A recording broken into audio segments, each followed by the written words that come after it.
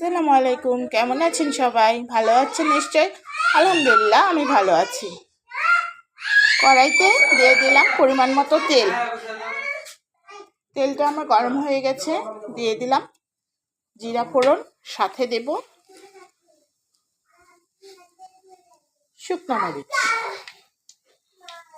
এটা একটু ভাজা ভাজা।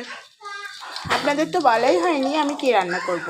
আমি রান্না করব নতুন আলু দিয়ে কই মাছ, তবে একটু অন্যভাবে। এর সাথে আমি আরও একটি জিনিস দেব। আপনারা ভিডিওটা দেখতে থাকেন, অবশ্যই শেষ পর্যন্ত দেখতে থাকেন, তাহলেই দেখতে পাবেন।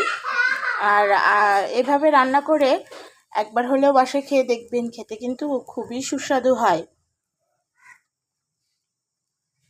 এখন এতে আমি দিয়ে দিচ্ছি কিছু কাঁচামরিচ, সাথে দিয়ে দিচ্ছি কোচানো কিছু পেঁয়াজ।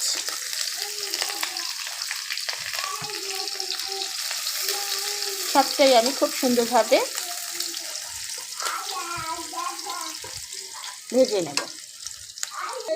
দেখেন পেঁয়াজটা আমার ঠিক এমন ভাজা ভাজা হয়েছে। এখন আমি এভাবেই দিয়ে দেব আলুগুলো আমি একটু মোটা মোটা লম্বা লম্বা করে কেটে নিয়েছি। আলুগুলো পেঁয়াজটার সাথে আমি একটু ভেজে নেব। দেখেন আলুটা আমি এভাবে একটু ভেজে নিলাম।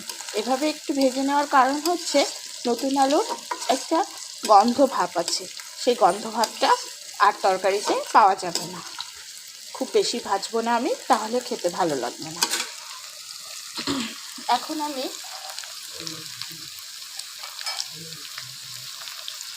এতে দিয়ে দেব হলুদ মরিচের গুঁড়া, ধনিয়া জিরার গুঁড়া আর স্বাদ মতো লবণ গুলিয়ে রেখেছি গোলানো এই মশলাটা।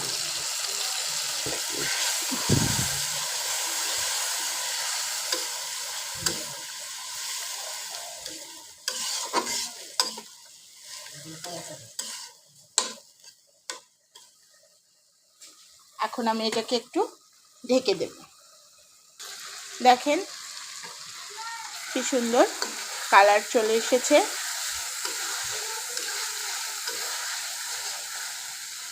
আর আলুগুলোও আমার সেদ্ধ হয়ে গেছে। এখন আমি একটু নেড়ে চেড়ে নিচ্ছি।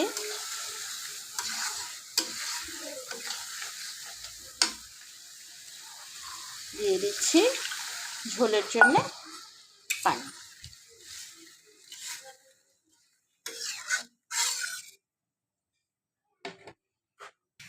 ঝোলের পানিটা দিয়ে দিলাম, সাথে দিয়ে দিচ্ছি 1-2 কাঁচামরিচ, আর এর সাথেই দেব আমি ধনিয়া পাতাটা।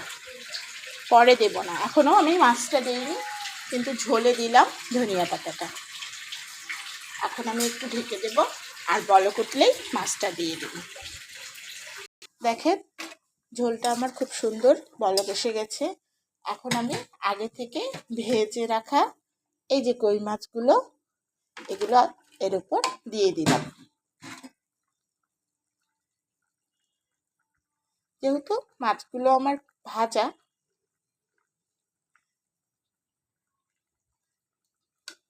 তাই হতে খুব একটা সময় লাগবে না। আর খুব বেশি ঝোলঝোলও আমি রাখবো না। মাছগুলোকে আমি একটু চিড়ে চিড়ে লবণ হলুদ দিয়ে খুব সুন্দর করে ভেজে নিয়েছি। খুব বেশি ভাজিনি, বেশি ভাজলে মাছের স্বাদটা নষ্ট হয়ে যায়। আমি আলতো করে হালকাভাবেই ভেজে নিয়েছি। এখন আর কিছুটা সময়ের অপেক্ষা। দেখেন রান্নাটা আমার সম্পূর্ণ হয়ে গেছে। আমি এখন চুলার আঁচটা বন্ধ করে দিচ্ছি।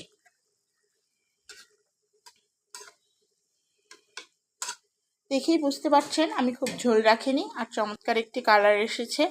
এখন আমি আপনাদের বলেছিলাম এতে আমি আরেকটি জিনিস দেব। এখন আমি চুলার আঁচটি বন্ধ করে দিয়ে এই দেখেন এতে 1 চামচ পরিমাণের দিয়ে দিলাম একটু লেবুর রস। এতে মাছের এই স্বাদটা, অবশ্যই এটা চুলার আঁচ বন্ধ করে দিয়ে দেবেন। আমি এখন এটাকে একটু ঢেকে দেব, তারপরে সার্ভ করে দেব।